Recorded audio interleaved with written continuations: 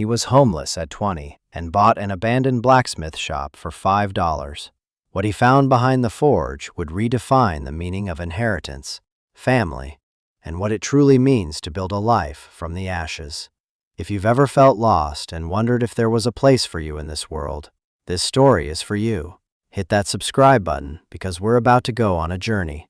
The day I aged out of the system was gray. Not just the sky, which was a flat, unforgiving sheet of metal hanging over the city, but the feeling inside me. It was the color of institutional walls, of worn-out linoleum, of the cheap plastic trays they served us meals on for years. I turned 20, and the world celebrated by handing me a duffel bag with 2 changes of clothes, a final check for $112, and a firm, polite handshake from a man whose name I'd already forgotten. He wished me luck. It sounded like a dismissal. For 2 years, from 18 to 20, I'd been in a transitional living program. It was a fancy name for a halfway house for kids the state was done with. It wasn't a home. It was a holding cell with a later curfew. Now even that was gone. I stood on the cracked pavement outside the brick building, the city noise a dull roar in my ears. Cars hissed by on wet asphalt. People hurried past, their faces closed, their umbrellas like black shields against the drizzle and the world. I had no shield. I had a thin jacket, a bus pass with 3 rides left on it, and the hollow ache of being utterly, completely alone. My grandfather, the only real family I'd ever known, had vanished from my life when I was 10. One day he was there, smelling of sawdust and oil, his hands calloused and kind. The next, he was gone. Social services came, and my world became a series of sterile rooms and strangers asking me how I felt. I learned early on to say, fine. It was the easiest answer. It was the one that got them to leave me alone the fastest. For 10 years, I'd been a ward of the state, a file in a cabinet, a case number. Leo Thorne, number 74B-92. Now, I was just Leo, and Leo had nowhere to go. I spent the first night in a shelter. The air was thick with the smell of disinfectant and quiet desperation. I lay on a thin cot, listening to the symphony of coughing and snoring, and stared at the water-stained ceiling. I thought about my grandfather, Elias. I tried to conjure his face, the crinkles around his eyes when he smiled. But the memory was fading, like an old photograph left in the sun. All I had left was a ghost of a feeling, a sense of safety, of the longing, that had been ripped away without explanation. The anger I'd felt as a kid had long since cooled into a kind of permanent, low-grade sadness. He'd abandoned me. That was the story I'd told myself for a decade, because it was the only one that made any sense. The next morning, I was back on the street. I was heading to the public library, the only place I could think of to go, when my phone buzzed. It was a cheap, prepaid burner, and the number was blocked. I almost ignored it. Hello? My voice was rough. Is this Leo Thorne? The voice on the other end was formal, dry as old paper. Yes? Who is this? My name is Arthur Davies. I'm an attorney. I've been trying to locate you for some time. I am the executor of your grandfather's estate. The words hung in the air, unreal. Estate, executor, grandfather. It felt like a prank. My grandfather is dead? The question came out flat. I felt a strange detachment, a cold wave washing over me. I'm afraid so, Mr. Thorne. He passed away 2 months ago. His will was very specific. I need you to come to my office. I stood there on the sidewalk, the city moving in a blur around me. A part of me wanted to hang up, to dismiss it as a cruel joke. But a deeper, smaller part, a part that had been dormant for 10 years, flickered with a desperate, painful hope. Maybe this was it. An answer. A reason. Something other than the cold, hard fact of being left behind. Mr. Davies's office was in a tall glass building that seemed to scrape the gray sky. Everything about it was designed to make you feel small. The lobby was marble and silence. The elevator was a quiet, ascending box. His office on the 34th floor had a view of the entire sprawling, indifferent city. He was a man made of straight lines and sharp angles, from his crisp suit to his neatly trimmed gray hair. He didn't offer condolences. He offered me a seat and a file. "Your grandfather, Elias Thorne, left a very particular set of instructions," he began, opening the folder. His voice was devoid of emotion, a simple conveyor of facts. His assets were minimal. In fact, his debts were substantial. However, he owned a single piece of property, free and clear, in a town called Cold Creek. It was his place of business, a blacksmith shop. I just stared at him. A blacksmith shop. I had vague dreamlike memories of it. The smell of burning coal, the rhythmic clang of a hammer, the shower of orange sparks in the dark. "He left it to you, Mr. Thorne. It is your sole inheritance." I felt a swell of something. Disappointment, maybe. What was I going to do with a derelict blacksmith shop in the middle of nowhere? "There are, however, conditions," Mr. Davies continued, his eyes fixed on the document. "First, there is a significant lien against the property for unpaid back taxes, roughly $5,000. If it is not paid within 90 days, the county will seize the property and auction it off." My heart sank. $5,000. He might as well have said $5 million. I had less than $100 to my name. "Second," the lawyer said, pausing for effect, "and this is the most unusual provision I've ever encountered in my career. Your grandfather stipulated that in order to take ownership, you must first purchase the property from his estate for the sum of $5. He slid a crisp $5 bill across the polished mahogany desk toward me. His $5, to be precise. He left it here, in an envelope with your name on it.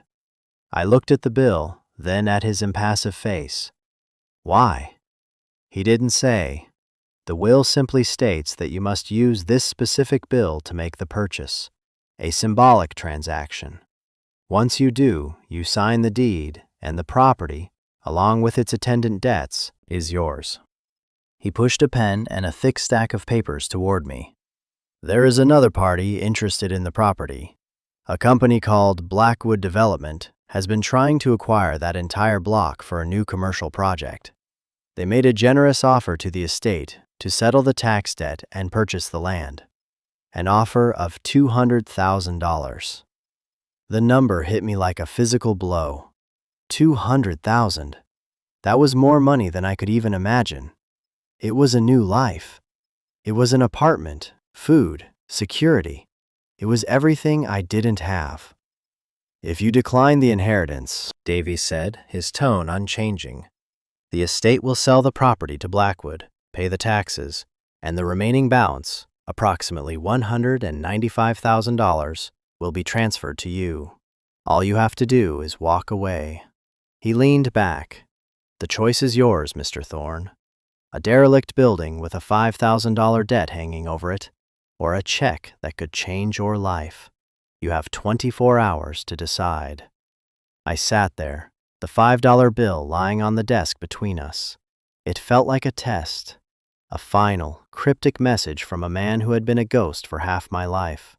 Why would he leave me a broken-down building and a crippling debt when he could have just left me the money? Why make me choose between a fortune and a ruin? It made no sense. And yet, I thought of his hands, the way they could shape metal, the way they had once held mine. I thought of the smell of the forge, a memory so faint it was more like a feeling. Walking away felt like a betrayal. It felt like accepting the story I'd told myself for 10 years, that he didn't care, that he'd just left. This felt different. This felt like a puzzle, a challenge, a message I couldn't read yet. "I'll take the shop," I said, my voice barely a whisper.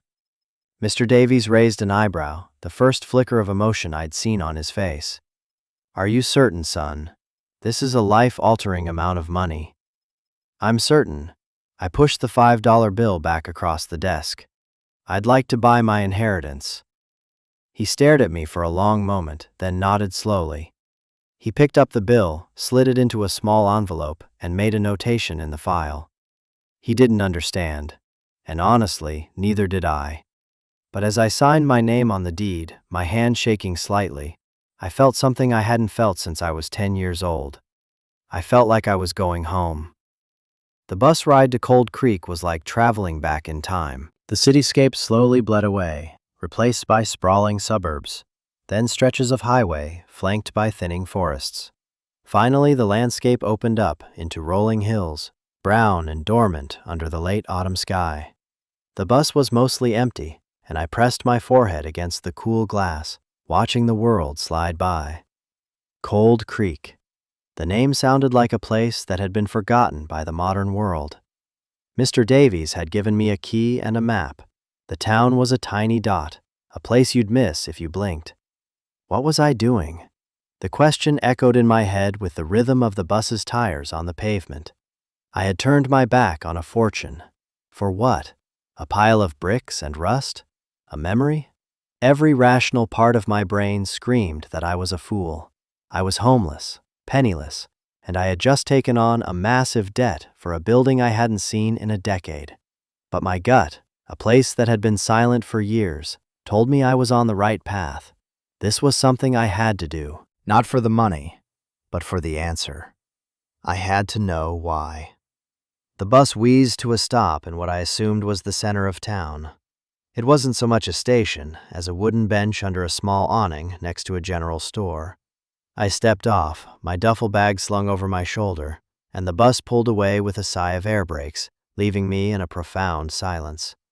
The town was one main street, lined with old brick buildings with faded paint on their signs, a diner with a flickering neon "Open" sign, a hardware store, a post office, and not much else.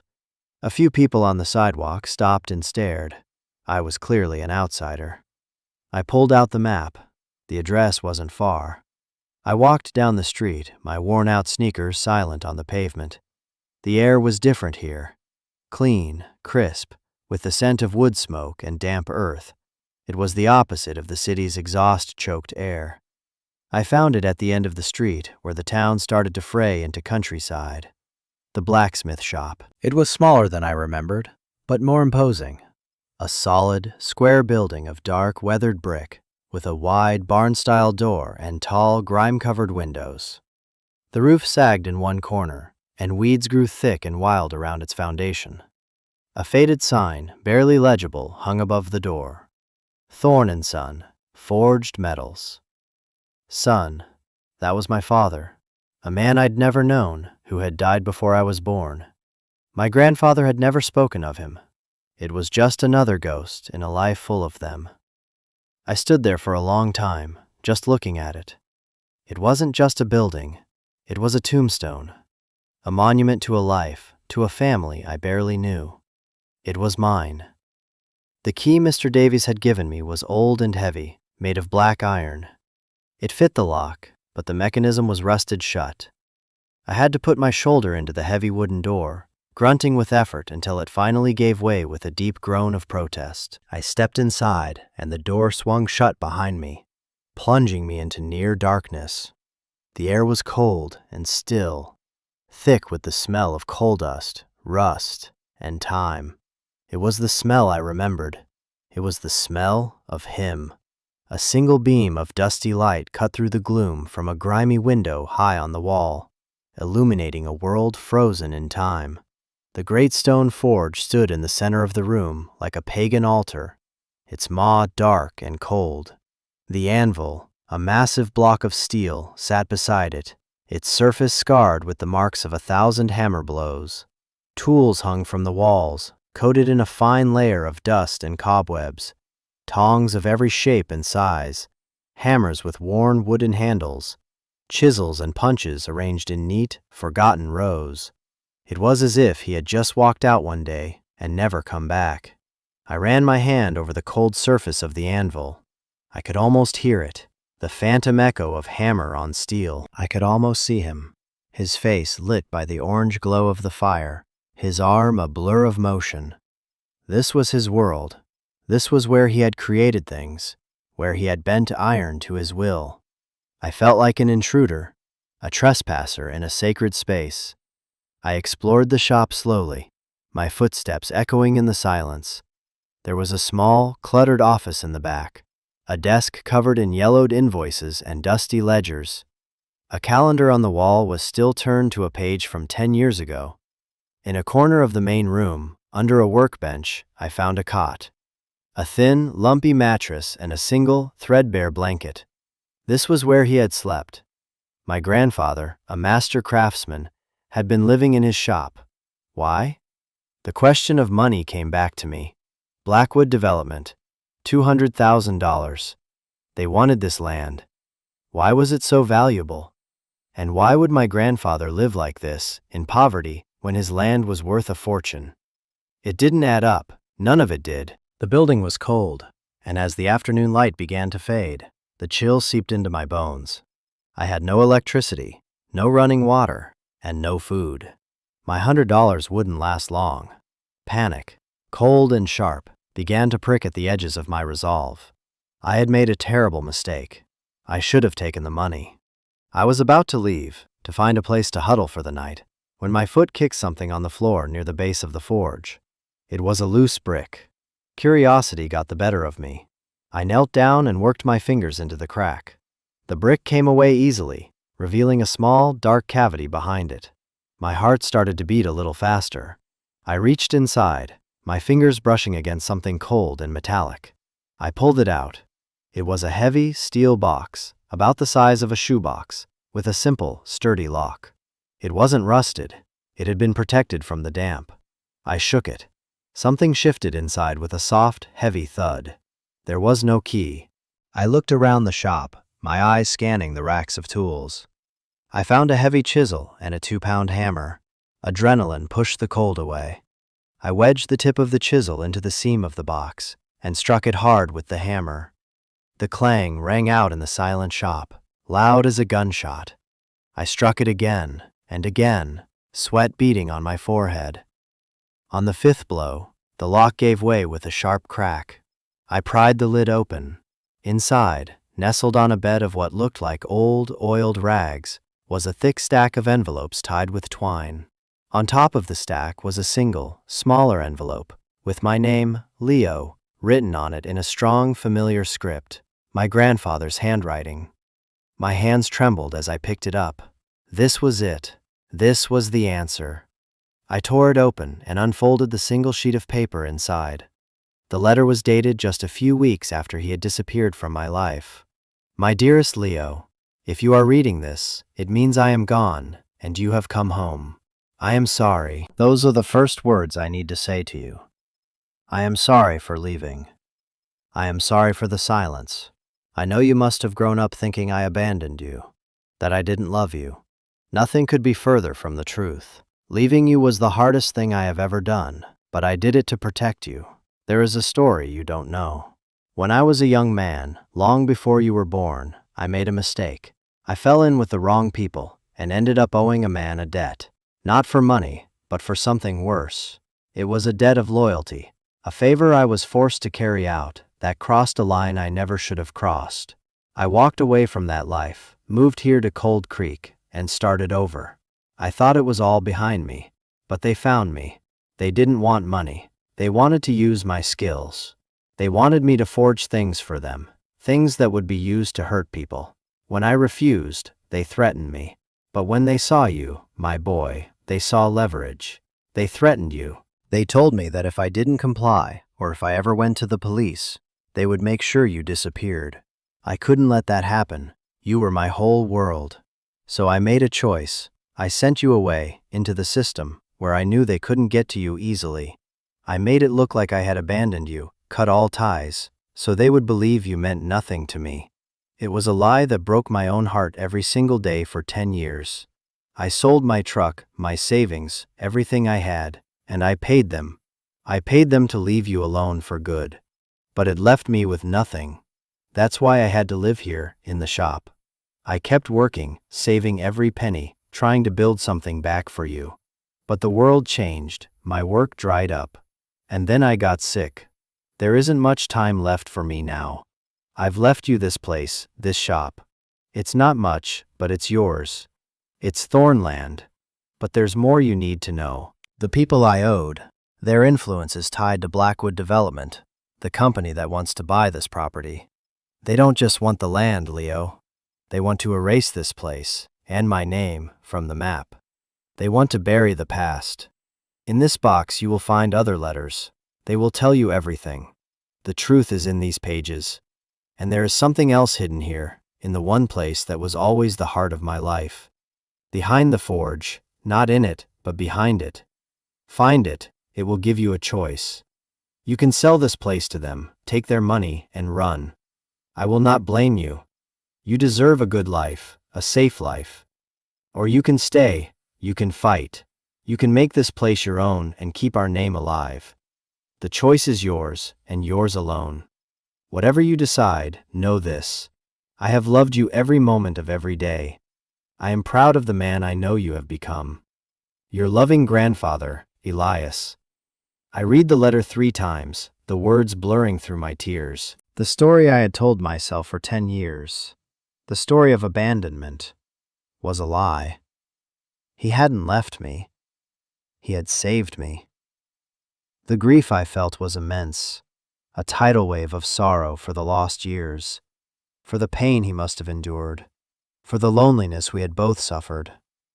But underneath the grief, something else was taking root, a fierce, burning anger. Not at him, but at them, at the faceless people, the developers, who had stolen my family, my childhood, my grandfather's life. They had reduced him to living on a cot, broken and alone, and now they wanted to pave over his memory. I sank to the dusty floor, the letter clutched in my hand, and I cried. I cried for the 10-year-old boy who thought his hero had deserted him. I cried for the old man who died alone, protecting a secret. I cried for the future we never got to have. The shop was pitch black now, and the cold was biting. But I wasn't afraid. For the first time in a decade, I wasn't alone. He was here. His story, his love, his sacrifice, it filled the empty spaces inside me. The weight of his words settled on me, a heavy but comforting blanket. He had given me more than a choice. He had given me back my past. He had given me a purpose. My story had been rewritten. I wasn't an abandoned kid. I was the grandson of a man who had sacrificed everything for me. And now, the choice he had left me felt less like a choice and more like a duty. A legacy. I wiped my eyes on the sleeve of my jacket and got to my feet.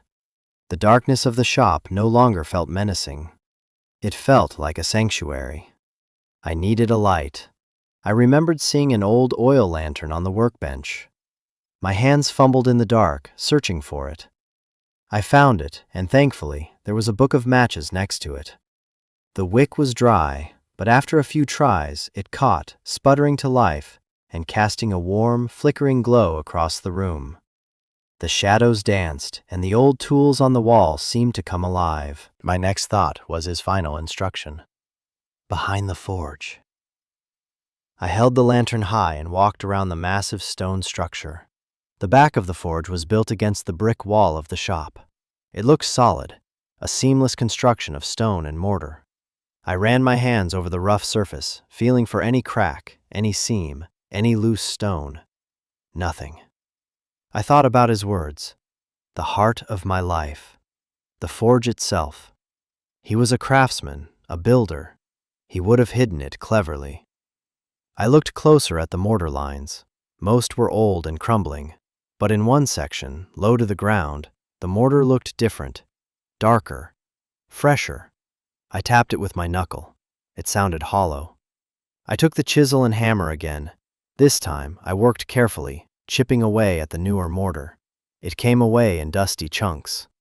Behind it was not stone, but a thick sheet of steel, set flush with the surrounding blocks. There was a small, recessed handle on one side. It took all my strength, but I managed to pull it open. It was a heavy door, perfectly counterweighted, opening into a dark, hidden compartment built into the base of the forge. I thrust the lantern inside. The space was small, maybe 3 feet square, and lined with metal to keep it dry. And it was not empty.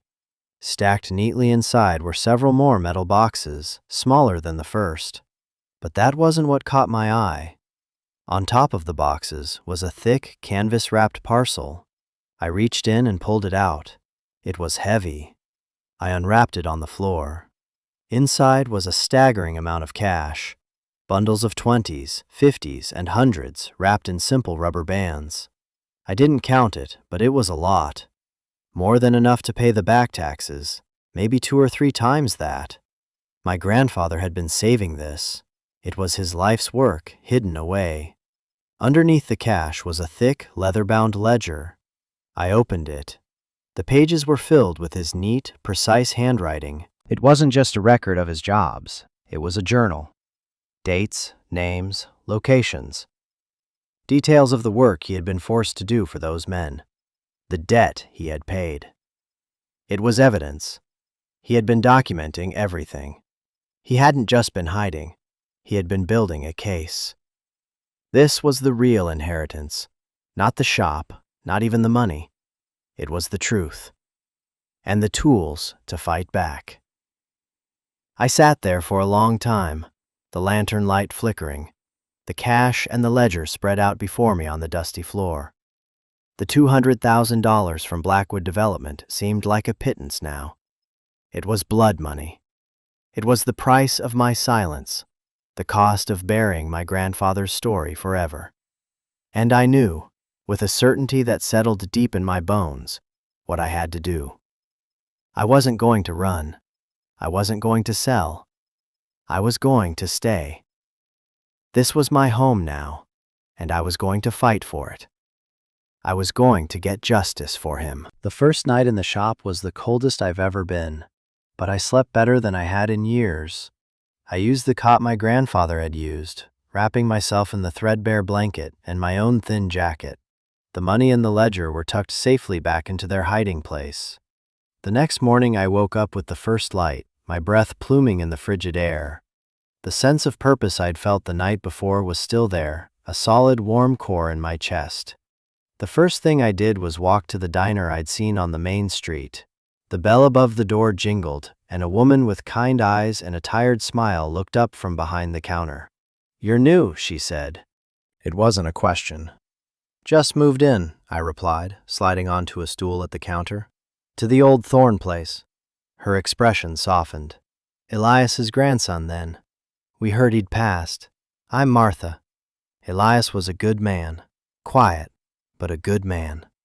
I ordered coffee and pancakes, and as I ate the first real meal I'd had in days, Martha talked. She told me about my grandfather, how he kept to himself but was always fair in his dealings, how the whole town felt it when his forge went cold. She also told me about Blackwood Development. They'd been buying up properties for a couple of years, she said, making offers people couldn't refuse. They promised jobs and revitalization, but a lot of the old-timers were suspicious. "They're vultures," she said, her voice low. "Circling. They want to turn this town into another soulless resort strip." Her words solidified my resolve. This wasn't just about my grandfather anymore. It was about his home, his community. After breakfast, I walked to the county tax office. I paid the $5,000 in cash. The clerk, a woman with formidable glasses, counted the bills twice, her eyebrows raised. She stamped my paperwork with a satisfying thud. "The property is officially yours, Mr. Thorne, free of any liens." I walked out of that office feeling 10 feet tall. I had saved it. The first step was done. The next step was calling Mr. Davies. I used the payphone outside the general store. "Mr. Thorne," he said, his voice as dry as ever. "I assume you're calling to reconsider your decision." "No," I said, my voice steady. "I'm calling to inform you that the back taxes on the property have been paid in full. It's mine, and I'm not selling." There was a long silence on the other end of the line. I could almost hear the gears turning in his methodical brain. "I see," he said finally. "And how, may I ask, did you come upon $5,000? "My grandfather left me more than just a building," I said, keeping my voice even. "He left me the means to protect it. Please inform Blackwood Development that their offer is rejected, permanently." I could feel his surprise through the phone. "Very well, Mr. Thorne, I will inform them. But be careful. These are not people who take no for an answer." I'm counting on it, I said, and hung up. The rest of that day, and for many days after, I worked. I started by cleaning. I swept away a decade of dust and cobwebs. I scrubbed the grime from the windows, letting in the pale autumn light. I organized the tools, cleaning the rust from them, oiling the worn wooden handles. Each tool I touched felt like a connection to him. I could feel the ghost of his hands on the smooth wood, the heft of the hammer in my own hand. It felt right. I was a thorn, and this was my forge. I bought supplies at the hardware store, cleaning supplies, a new blanket, a small propane stove. The owner, a grizzled man named Hank, looked me up and down. "You're Elias's boy," he said. "Got his eyes." He gave me a discount. People in town started to talk to me, a nod here, a good morning there. Martha from the diner would save me a hot meal at the end of the day. Hank let me run a tab. They were watching me, I realized, testing me, seeing if I was a flash in the pan or if I was here to stay, seeing if Elias's legacy was in good hands. A week after I paid the taxes, a sleek black car with tinted windows pulled up in front of the shop. A man in an expensive suit got out. He looked completely out of place in our dusty little town. He walked right up to me, his smile thin and predatory. "Leo Thorne," he said. "My name is Marcus Cole. I'm with Blackwood Development." "I know who you are," I said, not stopping my work sorting through a pile of old iron stock. "Your lawyer told me you rejected our offer. I'm here to tell you that was a mistake. We're prepared to increase it, $300,000, cash." "The answer is still no." He laughed, a short, humorless sound. "Look, kid, I admire the sentimentality, but this is the real world. This pile of bricks is worthless. The land is what we want. Take the money, go live your life. You don't want to get in our way." His tone was smooth, but there was a steel edge underneath it. It was a threat. "This pile of bricks is my home," I said, turning to face him fully. "And it's not for sale, not for any price." His smile vanished. "You're going to regret this," he said, his voice dropping to a near whisper. He got back in his car and drove away, leaving a cloud of dust in his wake. I knew then that the fight was just beginning. But I wasn't scared. I was ready. That night, I opened the ledger again. I read my grandfather's words, his careful documentation of the crimes he was forced to be a part of, the names, the dates, the places.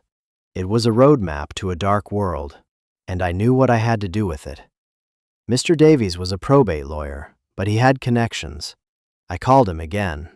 This time I told him everything. About the letters, the ledger, the hidden money, the threats. I told him my grandfather's story.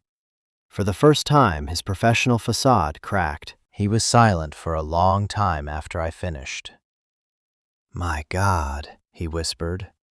"Elias never said a word." "He was protecting me," I said. "And now I need to protect his legacy. Can you help me? Can you get this ledger to someone who will listen? Someone the Blackwood people can't buy or threaten?" "Yes," he said, his voice firm, all business again, but with a new undercurrent of respect. "Yes, I can. There's a reporter I know at the capital city newspaper, a real bulldog.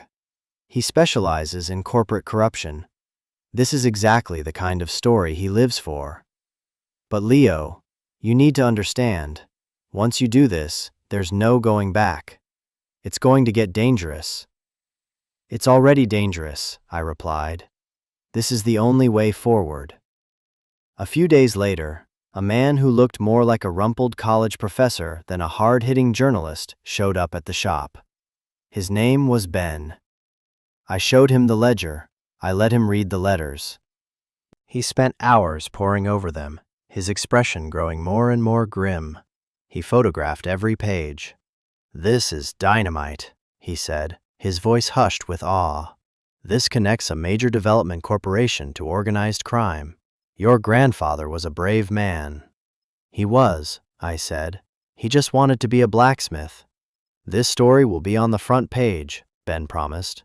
But you need to be careful. They will come after you." And they did. The threats became less veiled. Cars would park across the street from the shop at night, just watching.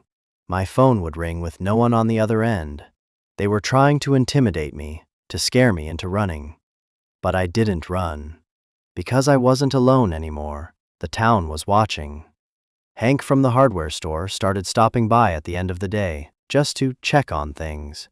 Martha started bringing me food in person, her presence a silent statement. One evening, the town sheriff, a big quiet man I'd barely spoken to, pulled up. He got out of his car and walked over to where I was sitting on the steps. "Heard you're having some visitors," he said, nodding toward the dark car parked down the street. "Something like that." "Elias Thorne was a good man," the sheriff said. "This is his town. We look after our own." He got back in his car and parked it right behind the black sedan, turning on his flashing lights. The car sped off and didn't come back. The story broke a week later. It was everything Ben had promised. The front page headline was explosive. "Development giant linked to crime syndicate, the secret ledger of Elias Thorne." The article laid it all out. The coercion, the threats, the deep, corrupt ties between Blackwood and the criminal underworld. It was a bombshell. The fallout was immediate. State and federal investigations were launched. Blackwood's stock plummeted. Arrests were made. Marcus Cole was one of the first to be taken into custody. The empire they had built on fear and intimidation began to crumble, all because of a quiet blacksmith who had kept a record. The fight wasn't over, but the war had been won. I stood in the doorway of the shop, the newspaper in my hand, and looked out at the quiet street of Cold Creek. The sun was rising, casting a golden light on the old brick buildings. I felt a profound sense of peace. I had done it. I had honored his memory. I had gotten him justice. But I had also found something for myself. A home, a community, a purpose. The forge behind me was still cold, but it wasn't going to stay that way for long. I had found my grandfather's old workbooks, his designs, his techniques. I had spent my nights reading them by lantern light, learning the craft that was in my blood.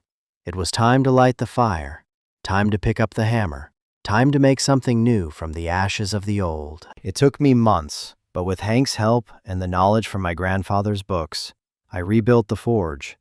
I cleaned the flue, laid new fire bricks, and hauled in a load of coal. The day I finally lit it, a crowd of townspeople gathered outside, drawn by the smoke curling from the chimney for the first time in a decade. Martha, Hank, the sheriff, they were all there. I took a deep breath, took a piece of iron, and heated it in the glowing coals. I laid it on the anvil, the same anvil my grandfather had used, and I struck it with the hammer. The clang rang out, sharp and clear and full of promise.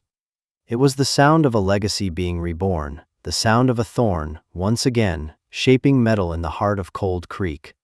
It was the sound of me, finally, being home.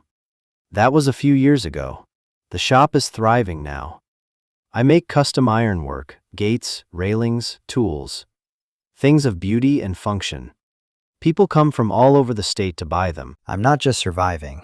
I'm building a life, a real one, on the foundation my grandfather left for me. Blackwood Development is gone, a ghost of the past.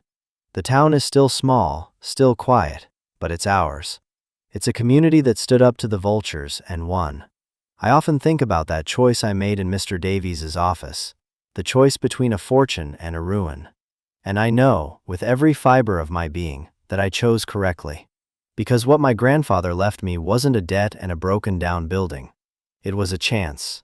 A chance to learn the truth, to find my strength, to earn my place in the world. An inheritance isn't about what you're given, it's about what you do with it. Home isn't just four walls, it's the place where your story makes sense, where you belong. He gave me all of that, for the price of $5. So, if you're out there and you feel lost, if you feel like you've been abandoned or that your past is a weight you can't escape, I want you to know something. Sometimes the things that look like ruins are actually foundations. Sometimes the heaviest burdens are actually gifts, challenges that forge you into the person you were meant to be. Your story isn't over. You have the power to relight the forge, to pick up the hammer, and to shape your own future. If this story meant something to you, if it resonated with a part of your own journey, please consider subscribing to this channel. This is a community for people who understand that the hardest paths often lead to the most beautiful destinations. And I want you to share in the comments below. Have you ever had a moment that completely reframed your past? A discovery that changed everything you thought you knew about your own story? I read every single one because your stories matter. Thank you for listening. Now, if you'll excuse me, I have a fire to tend.